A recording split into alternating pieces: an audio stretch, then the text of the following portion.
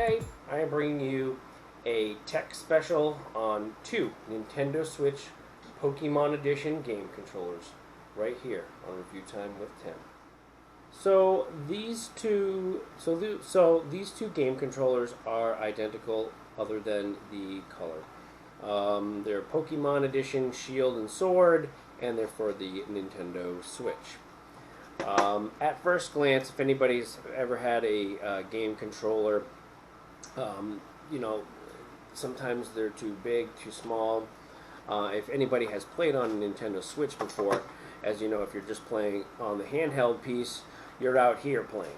Okay, you're out here playing, and that's kind of awkward for a long time gaming. And then, of course, you can always connect the pieces, and then you're playing like this on this tiny little thing. And I thought, well, it's just not natural. It doesn't feel right. After searching for a game controller, I came across these two, and I thought for an aftermarket price of like $40 a controller, I thought that was a pretty good deal. They're pretty light, so if you're used to holding an Xbox controller, you will notice a difference between an Xbox controller and one of these. Especially like after holding it for say an hour or so and then switching it up and then going to an Xbox controller, you will notice a weight difference. One thing that I particularly liked about it was very easy to sync up to the Nintendo Switch. You just press that button, press the little button on the Nintendo Switch, or you hit the little icon thing to sync, and it was within seconds, no problem syncing. What I really enjoyed was I like these weird things like this, the battery back, okay? Comparing it to, say, an Xbox backing, all right, I like this clip, okay? I like the little clip that it came with because I feel like it gives it a little more snapping and security, whereas the Xbox, you can just slide up and it falls out, and over time I find that the Xbox backing, it actually comes apart and doesn't lock in as firmly as this has so far. What's kind of cool about this is that you have a little picture button, so when you're in the middle of a game and you want to take a screenshot, it's very easy to take a screenshot. But while playing a game at the same time, I tend to, say like a game like Fortnite, I tend to find I hit this screenshot button by accident versus the map button. So it's kind of like a little bit of a problem.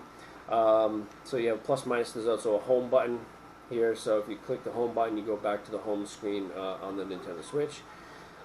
As for playable, you can hear the Joy-Con there, the joysticks, pretty good. Pretty click on the button. They got a nice little tactical feel. It just feels good. Okay, it feels good in your hands. Top right buttons. Now, the only thing is, and I'll show it on this one, is there's these little buttons here. One here, and one here. And I think they're buttons for like Super Smash Brothers. I don't have the game, but they don't do anything. And I do find that my fingers rest here, so when I'm playing, I tend to click these buttons by accident. But they don't do anything when you're playing a game unless they're, you know, the game that you're playing actually has these functions. What I have read is that something about quick mapping or something along that lines, but I have found zero use for any of this. And what this is, I don't know.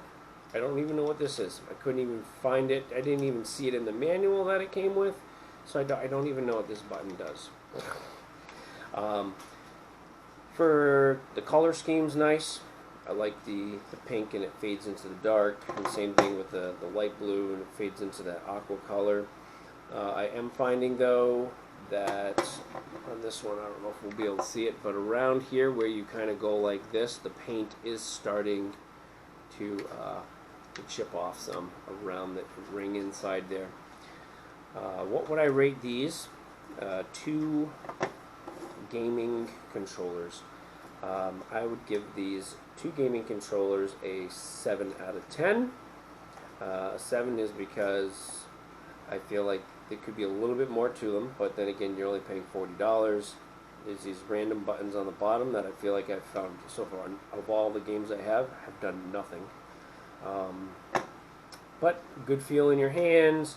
It does work really well. Oh, and one last thing, I've noticed that when playing a game such as like Fortnite, there tends to be a slight delay. So when you're trying to aim, that could be a switch issue, or it could be a controller issue, or it could be a settings issue. But I have found that I feel like when using it, there is a slight weird delay function that I need to further investigate. But it does make playing, these two controllers do make playing video games on the Nintendo Switch much nicer. Well, there you have it, folks. My 2 reviews on the Pokemon Shield and Pokemon Sword aftermarket game controllers. Smash the likes, subscribe to my channel, and I'll catch you all later.